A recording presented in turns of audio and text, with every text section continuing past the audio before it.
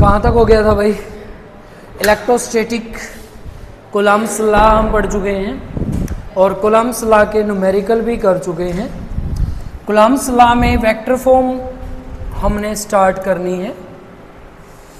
उससे पहले एक इसकी इलेक्ट्रोमैग्नेटिक यूनिट रहती है चार्ज की, वो और देख लें। छोटा सा एक टॉपिक है EMU, फुल फॉर्म आप लोगों को पता होनी चाहिए। EMU क्या होता है? इसका मतलब है इलेक्ट्रो मैग्नेटिक यूनिट। जो चार्ज है उसकी प्रॉपर्टी फोर्स को अट्रैक्ट और रिपेल करने की है, तो वही चार्ज क्या करता है? मैग्नेटिक इफेक्ट डालता है। उस मैग्नेटिक इफेक्ट के लिए इलेक्ट्रिक चार्ज की जो यूनिट है वो है electromagnetic unit. Electromagnetic unit CGS system, the unit of charge is known as electromagnetic. CGS system के लिए किसी भी सिस्टम की यूनिट जो हम यूज करते हैं उसको इलेक्ट्रोमैग्नेटिक यूनिट बोलते हैं, जिसको EMU लिखते हैं। Electromagnetic unit is equal to 1/10। Electromagnetic unit जो होती है कूलम्ब में 1/c is equal to 1/10 electromagnetic unit के बराबर रहता है। या हम सिंपल सी लैंग्वेज में बोले तो 10 coulomb is equal to 1 electromagnetic unit के बराबर। ठीक है, तो एक छोटी सी यूनिट ये रहती है, इसको भी ध्यान रखना है। चलो पहला topic, Coulomb's law in A vector form. बहुत ही इंपॉर्टेंट टॉपिक ये लगा लो। इलेक्ट्रोस्टैटिक जैसे पेपर में आता है वैसे ही ये कूलम्ब्स लॉ की वेक्टर फॉर्म भी आती है। अगर ये क्वेश्चन बड़े क्वेश्चन में आता है, डेरिवेशन के साथ आता है, तो पेपर के लिए इंपॉर्टेंट क्वेश्चन यही बनता है जो कूलम्ब्स लॉ का वेक्टर फॉर्म में है। वेक्टर फॉर्म का मतलब यहाँ पे कूलम्ब्स लॉ को हमने पढ़ना है और कूलम्ब्स लॉ डायरेक्शन के साथ कैसे काम करता है ये जानना वेक्टर फॉर्म कहलाती है। वेक्टर का मतलब ही डायरेक्शन होता है। अगर हमें डायरेक्शन मिल जाए तो सीधी सी बात है हमें कूलम्ब्स लॉ मिल जाएगा, तो उसके लिए आपने ये जानना है। तो शुरू करते हैं इसको। Let us two similar charge Q1 and Q2, दो सेम चार्ज हैं, plus Q1 plus Q2।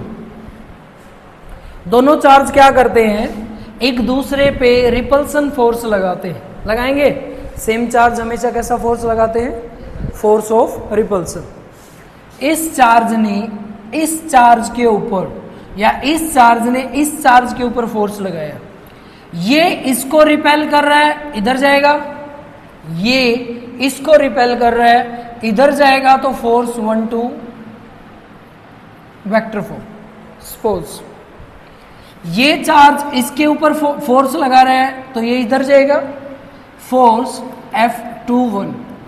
F12 और 21 क्या होता है ये भी जान लेते हैं। F12 का मतलब ये है कि ऑन बाय 21 के ऊपर फोर्स लगा रहा है। 12 का मतलब ये हो गया, तो 21 का मतलब क्या हो जाएगा? 2 के ऊपर कौन फोर्स लगा रहा है? इसको बोलते हैं, ऐसे लिखने का मतलब है ये। ठीक है, तो थोड़ी सी construction. Let us consider 2 point charge, इसको A बोल दें और इस पॉइंट को B बोल दें। 2 point charge A B both positive placed are distance। दोनों को कितने डिस्टेंस से रखा गया है? ये लो, इनके बीच का डिस्टेंस R। ठीक है, अकॉर्डिंग टू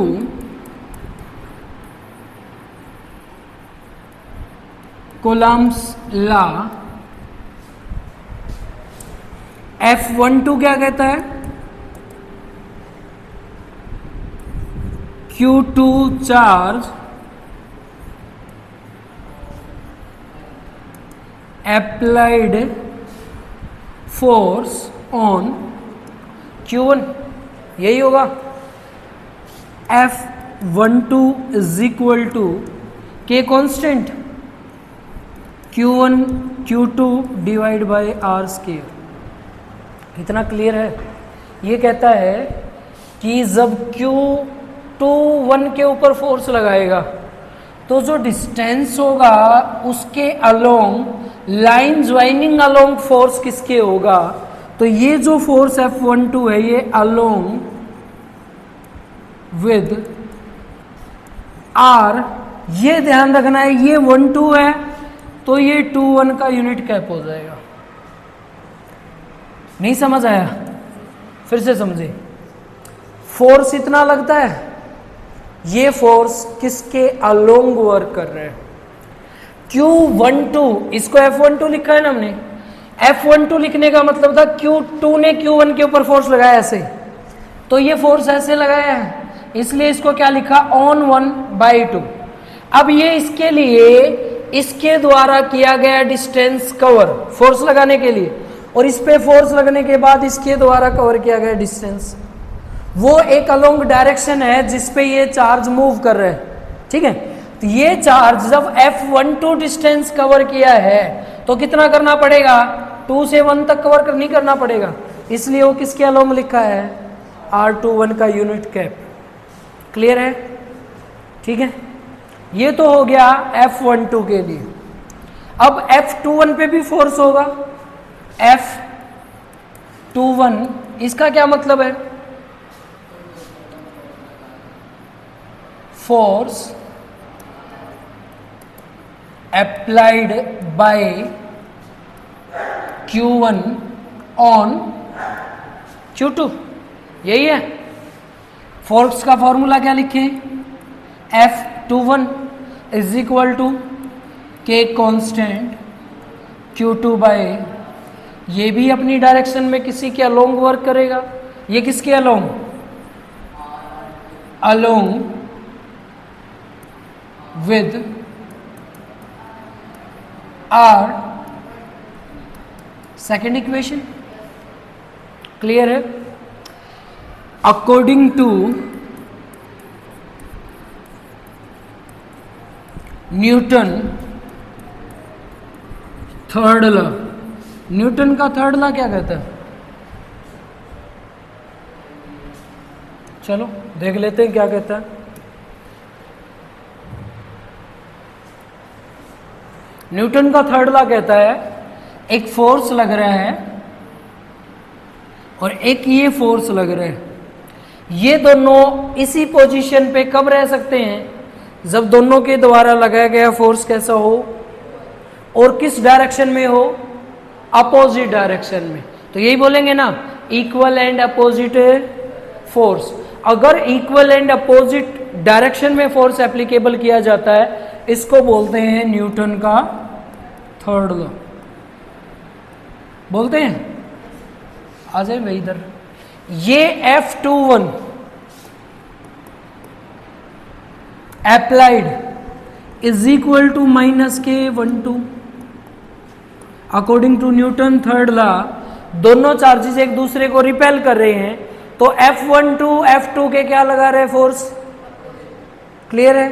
फर्स्ट स्टेटमेंट कि न्यूटन के थर्ड लॉ के अकॉर्डिंग अगर ये अपोजिट डायरेक्शन में फोर्स लगा रहे हैं तो यहां से पता चल रहा है कि भाई कूलम्ब्स लॉ की फॉर्म कैसी होगी? डायरेक्शन के साथ होगी, और जिसके पास डायरेक्शन होती है वो कौन सी फॉर्म होती है? Vector form. क्लियर है? क्लियर है? सेकंड, एक लॉ से पता नहीं चलता कि वो वेक्टर फॉर्म है। अगर फोर्स दोनों के अपोजिट हैं तो जो इनके डिस्टेंस हैं R12 की यूनिट कैप, ये भी तो इक्वल होंगे, इक्वल एंड अपोजिट होंगे, है कि नहीं? उस फोर्स पे डायरेक्शन अपोजिट, दूसरे वाले पे, और ये हैं क्या? डायरेक्शन ही तो है।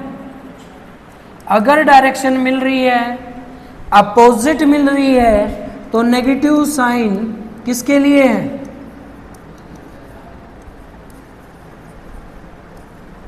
फॉर अपोजिट डायरेक्शन, और यहाँ से क्या मिल रही है, डायरेक्शन मिल रही है कि नहीं, और डायरेक्शन है तो ये कौन सा लॉ हो गया, Coulomb's law in A vector form. Third, और देख लो एक लॉ और, ये जो फोर्स लग रहा है, ये फोर्स इधर लगा रहे हैं, ये फोर्स इधर लगा रहे हैं, यहां भी ये सेंटर पॉइंट है, सेंट्रल फोर्स, ये दीवार इस तरफ फोर्स लगा रही है, नहीं तो गिर जाती है, ये इसको इस तरफ खींच रहा है, ये दोनों एक लाइन को ज्वाइन नहीं कर रहे हैं, और दो चार्ज के बीच में भी क्या है, ये चार्जेस भी एक दूसरे को एक लाइन से ज्वाइन कर रहे हैं, तो इसको हमने एक और नाम दिया था जिसको क्या बोलते हैं, लाइन ज्वाइनिंग फोर्स। और जो लाइन फोर्स ज्वाइन करती है उनके बीच में क्या बन जाता है, सेंटर बन जाता है, इसी वजह से इसको क्या बोला जाता है, सेंट्रल फोर्स। देख लो चाहे, एक गिलास पानी और दे के जाना रेखा, क्या बोलेंगे इसको, ये देखो यहां क्या बन रहा है, तो इसको हम क्या बोलते हैं, सेंट्रल फोर्स बोलते हैं। इस सेंटर से ये किस डायरेक्शन में खींच रहा है, इस सेंटर से ये किस डायरेक्शन में खींच रहा है, जब दोनों की डायरेक्शन मिल रही है, सेंटर से लेफ्ट सेंटर से राइट, तो डायरेक्शन मिलती है ना, तो एक और लाइन ज्वाइन होती है, जो ज्वाइनिंग फोर्स होता है वो भी क्या बताता है, डायरेक्शन बताता है। Central line joining force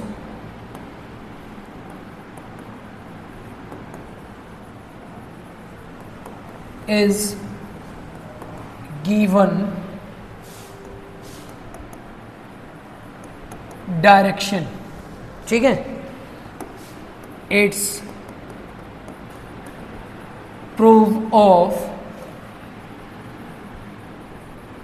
Coulomb's law is a vector form। इनसे क्या प्रूव होता है कि जो कूलम्ब्स लॉ है वो किस फॉर्म में रहेगा, पहला फोर्स न्यूटन के थर्ड लॉ के according, second direction of along direction opposite है, और थर्ड सेंट्रल लाइन जो फोर्स है वो भी क्या बताता है कि कूलम्ब्स का लॉ किस के लिए बनाया गया है, वेक्टर फॉर्म के लिए बनाया गया है। बताओ क्लियर है क्या, क्लियर है। चलो, जब हमें पता चल गया ये सेंट्रल ज्वाइनिंग फोर्स है जो कि डायरेक्शन के साथ हमें फोर्स को शो ऑफ करने के लिए ज़रूरी है, तो यहाँ से एक छोटा सा क्वेश्चन है, कल किसी स्टूडेंट ने मेरे पास भेजा था। क्वेश्चन क्या था कि दो स्फीयर हैं, एक ये स्फीयर जिसके ऊपर 9 माइक्रोकूलम चार्ज है, और एक स्फीयर है जिसके ऊपर +5 माइक्रोकूलम चार्ज है। जब इन दोनों को आपस में टच कर दिया गया, स्फीयर को ए और बी को, इनके टच करने से फिर इनको दूर किया गया, फिर से अपार्ट किया गया, तो ये बताना था कितने इलेक्ट्रॉन ट्रांसफर हुए हैं, इलेक्ट्रॉन ट्रांसफर बताना था ए और बी में। जब हम किन्हीं भी दो बॉडी को टच करते हैं आपस में, तो टच करने से इलेक्ट्रॉन ट्रांसफर होना शुरू हो जाते हैं, क्योंकि एक का चार्ज ज़्यादा है और एक का चार्ज कम। अब इलेक्ट्रॉन ट्रांसफर कैसे होते हैं, जब दोनों बॉडी को आपस में टच करोगे तो इलेक्ट्रॉन जब ट्रांसफर होंगे, वो इलेक्ट्रॉन ट्रांसफर होंगे, वो टोटल जो हमारे पास इलेक्ट्रॉन है डिवाइड बाई 2, दोनों को टच किया, दोनों के इलेक्ट्रॉन ट्रांसफर हो गए, total electron transfer divide by numbers of body, कितनी body is equal to -4/2 is equal to कितना आ गया, ये कहता है कितना चार्ज ट्रांसफर हुआ है, Q is equal to -2 coulomb. जब दो बॉडी को आपस में टच किया गया तो दोनों के टच करने से चार्ज कितना ट्रांसफर हुआ है वो आ गया। ठीक है, तो चार्ज कैसे निकालना है वो समझ आ गया। टोटल बॉडी का charge divide by numbers of sphere या बॉडी। ठीक है, अब चार्ज आ गया तो n तो निकालना इजी है। n इज इक्वल टू क्या होता है, q डिवाइड बाई, निकल जाएगा ना, n निकल जाएगा तो ट्रांसफर नंबर ऑफ इलेक्ट्रॉन आ जाएंगे ना। जब नंबर ऑफ इलेक्ट्रॉन ट्रांसफर होते हैं तो दोनों ने एक लाइन ज्वाइन किया जहां पे सेंट्रल फोर्स भी ट्रांसफर होता है, या हम ये बोल सकते हैं एक बॉडी दूसरी बॉडी पे भी फोर्स लगाती है। अगर ये बॉडी इसके ऊपर 0.2 न्यूटन फोर्स लगाती है तो ये वाली बॉडी भी इसके ऊपर कितना फोर्स लगाएगी, सेम अमाउंट में फोर्स लगाएगी। इलेक्ट्रॉन जब ट्रांसफर होते हैं, चार्ज जब ट्रांसफर डेवलप होता है, तो इसमें जब भी इलेक्ट्रॉन ट्रांसफर होंगे उतने ही क्या डेवलप हो जाएंगे, प्रोटॉन डेवलप हो जाएंगे। मतलब सेम अमाउंट में एक्सेस ऑफ इलेक्ट्रॉन रहेगा, सेम अमाउंट में डेफिशिएंसी ऑफ इलेक्ट्रॉन रहेगा। ठीक है, तो ऐसा क्वेश्चन अगर आ जाता है तो आपने ऐसे निकालना है। ठीक है, चलो अब न्यूटन के थर्ड लॉ को हमने इसमें डाल दिया कि भाई दो चार्ज फोर्स लगाते हैं।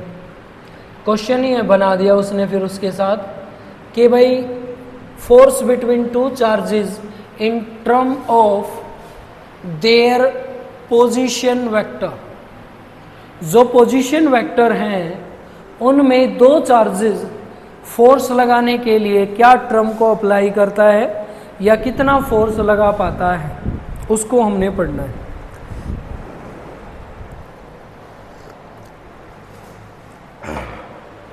चलो सेम कंडीशन, मान लीजिए आपके पास दो एक्सिस हैं, एक्स एक्सिस और यहां पे आपका ओरिजिन है और दो पोजीशन वेक्टर चार्ज, ये Q1 है और ये Q2। ये पॉइंट चार्ज ओरिजिन से कनेक्ट है तो इसका डिस्टेंस कितना होगा और इसका कितना हो जाएगा। ये चार्ज इस चार्ज के ऊपर फोर्स लगाएगा और ये चार्ज इस चार्ज के ऊपर फोर्स लगाएगा, कितना, F12 according to coulomb's vector form F21।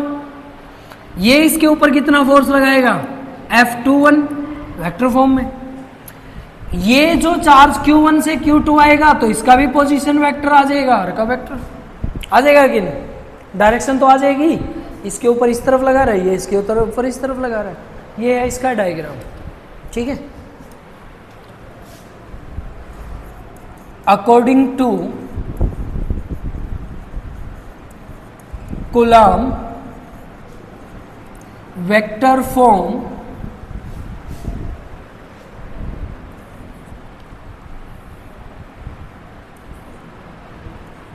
F12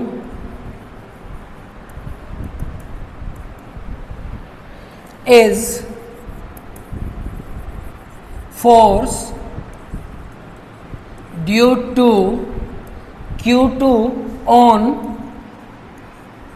Q1 is F12 को क्या लिखते हैं बेटा, अभी सोल्व किया था हमने, K कांस्टेंट Q1 Q2 और अलोंग भी लिखा था, अलोंग विद R21 का यूनिट कैप। बताओ इतना क्लियर है क्या। फर्स्ट इक्वेशन है, इसका मीनिंग समझते हैं ये क्या है। R21 का यूनिट कैप मीन्स R21 का वेक्टर डिवाइड बाय R21 का मॉडुलस, यही है। यूनिट वेक्टर में आपने पढ़ा हो, unit cap is expressed R21 का वेक्टर डिवाइड बाय R21 का मॉडुलस। क्लियर है। ये जो R21 है इसका मतलब समझो क्या है, मैंने लिख दिया R21 का वेक्टर। इसका मतलब क्या है, इसका मतलब ये है कि ये डिफरेंस है, दो डायरेक्शन के बीच का डिफरेंस। और बीच का डिफरेंस कब निकलता है जब फाइनल वैल्यू में से इनिशियल वैल्यू को क्या कर दिया जाता है, माइनस कर दिया जाता है। ये मतलब इसको एक्सप्रेस करेंगे तो ये एक्सप्रेस हो जाएगा ना। ये जब एक्सप्रेस हो रहा है तो मैं F12 का पूरा फॉर्मूला क्या लिखूंगा, F12 in vector form is equal to K constant Q1 Q2 divide by, अब देखो ऊपर क्या आ गया है इनटू में R21, इसको 21 लिख दो या ऐसे एक्सप्रेस करके भी लिख सकते हो। सीधा मैं एक्सप्रेस करके लिख रहा हूं, ज्यादा लंबा नहीं करना टॉपिक हमने। 1 माइनस में R2 का वेक्टर डिवाइड में देखो क्या था, R2 का स्क्वायर था और एक ये वाला R और आ गया टूट के ये नीचे वाला, तो R का क्या हो जाएगा, क्यूब हो जाएगा करना। और सेम डायरेक्शन में आप उसको लिख दोगे R1 माइनस इसका क्या हो गया, फर्स्ट इक्वेशन। बता दो बन गई कि नहीं।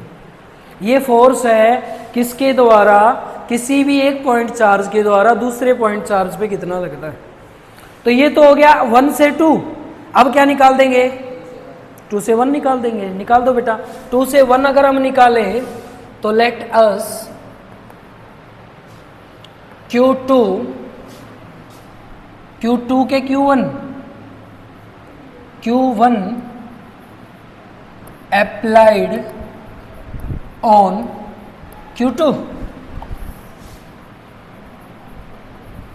coulombs force is कितना, F21 on 2 by 1 is equal to K constant Q1 Q2 by into में ये किसके अलोंग था बताओ, करो इसको भी एक्सप्रेस्ड। R12 की यूनिट कैप को क्या लिख सकते हो, क्या लिख सकते हैं बेटा इसको, R12 वेक्टर डिवाइड बाय लिख सकते हैं मॉडुलस इज इक्वल टू, इसको क्या लिख सकते हैं, final minus initial divide by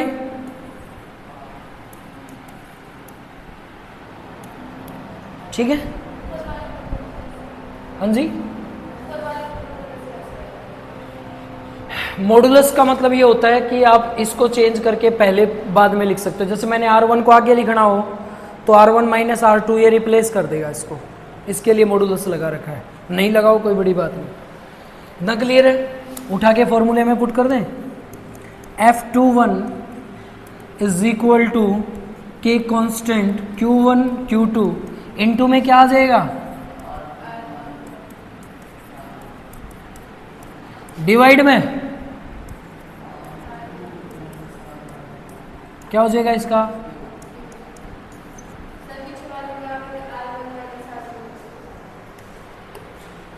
पीछे वाले में R1 माइनस में R2। ठीक है, इसको ठीक कर ले। क्लियर है, ठीक है। दोनों का फोर्स निकल गया। फोर्स पूछे Q1 से Q2 तो कितना लगाएगा, ये लगेगा। अगर पूछे सॉरी 2 से 1 पे और 1 से 2 पे लगेगा तो कितना लगेगा। क्लियर है। ये बेटा जी force applied by 2 point charges. 2 point charge कैसे फोर्स अप्लाई करते हैं। क्लियर है। अगर बहुत सारा का करना हो तो, टोटल एंड का करना हो तो,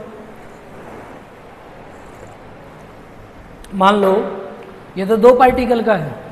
अगर काफी पार्टिकल हो तो, मल्टीपल चार्जेस हो तो क्या करेंगे। तो देखो क्या करेंगे, मल्टीपल चार्जेस चाहिए। ये एक पॉइंट चार्ज है Q, इससे connect charge Q1 Q2 Q3 Qn। Clear.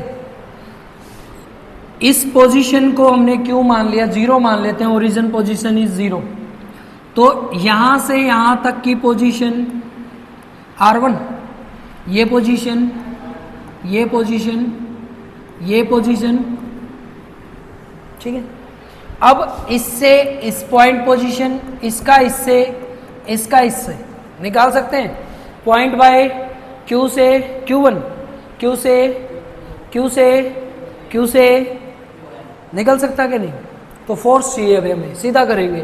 पहला फोर्स निकालना है according to coulomb's vector form. कहां से कहां? 1 से 0, 0 से 1 हो गया ना, बाय 0 ऑन 1 हो गया। चलो निकालो बेटा, क्या लिखूं मैं यहां पे? K constant Q1 divide by R, सीधा लिख लेते हैं। 1 0 है तो यहाँ क्या आ जाएगा? 0 1 की क्यूब इंटू में आ गया फर्स्ट। सेकंड निकालो बेटा। F कहां से? 2 से 0, क्या लिखे?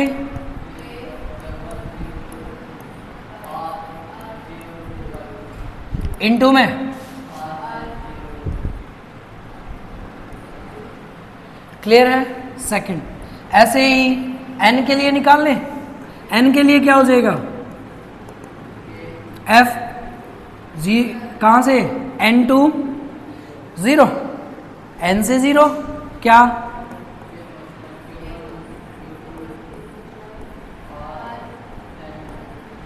इंटू में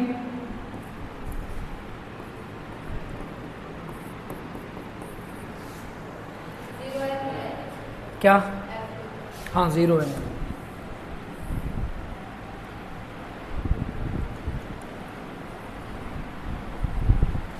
क्लियर है?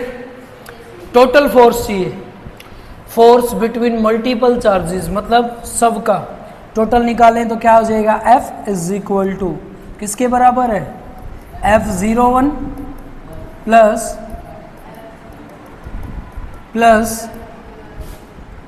F, अगर ऐड कर दूंगा तो इसके बराबर हो जाएगा।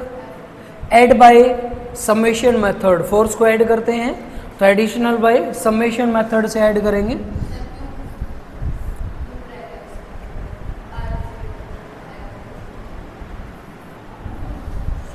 R0n की क्यूब, ठीक है। क्यूब क्यों आया ये पता है ना? यहां से इसके यूनिट वेक्टर को हमने चेंज किया था तो ये आया था। टोटल फोर्स ऐसे ही निकलता है। कर दो, टोटल करोगे तो F is equal to initialising value I से लेके FI हो जाएगा। कर दे, ऐड करो, ऐड। FI की जगह पे वैल्यू पुट करेंगे तो सब में क्या कॉमन है? K कॉमन है, ये लो K बाहर ले लिया कांस्टेंट। और क्या कॉमन है? Q1 Q2 Q3 ये कॉमन है ना। हमने इस Q को क्या मान रखा है? इस वाले 0 के ऊपर Q क्या है? Q था ना ये यहाँ पे Q0 से Q2, सॉरी Q0 से Q1 था ये बड़ा, ये Q0 से Q2 था, ये Q0 से Q3 था, ऐसे था ये। मतलब अलग अलग के लिए निकाल रहे थे ना, तो उसके लिए ये थोड़ा सा हमने यहाँ पे गड़बड़ कर दिया।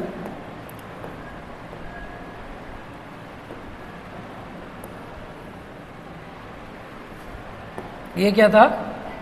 n। क्लियर है? तो Q की पोजीशन ध्यान रखना, 0 से 1, 0 से 2, 0 से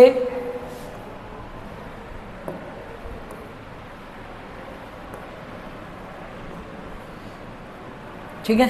ये अब इनको ऐड कर दो, क्या कॉमन है? Q0 सब में कॉमन है। Q0 को K बाहर ले लिया, Q0 बाहर ले लिया, समेशन किसका हो जाएगा? Add QI divide by RI, भाई किसका हो जाएगा? QI का हो जाएगा। ऊपर तो I की वैल्यू 1 2 3 4 n पुट कर देंगे और नीचे क्या हो जाएगा? RI की वैल्यू 1 2 3 4 पुट कर देंगे और इनटू में RI का वेक्टर, ठीक है। ये वाला ये है बेटा जी टोटल फोर्स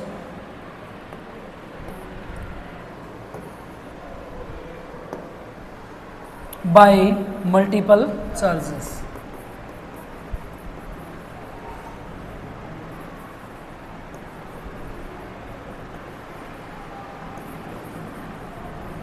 बताओ क्लियर है क्या? ठीक है, बस इतना ध्यान रखना है। ये वाला क्वेश्चन थोड़ा कम आता है पेपर में, ठीक है। स्टेटमेंट कहाँ गई इसकी? स्टेटमेंट थी ऊपर, वो कहाँ गई?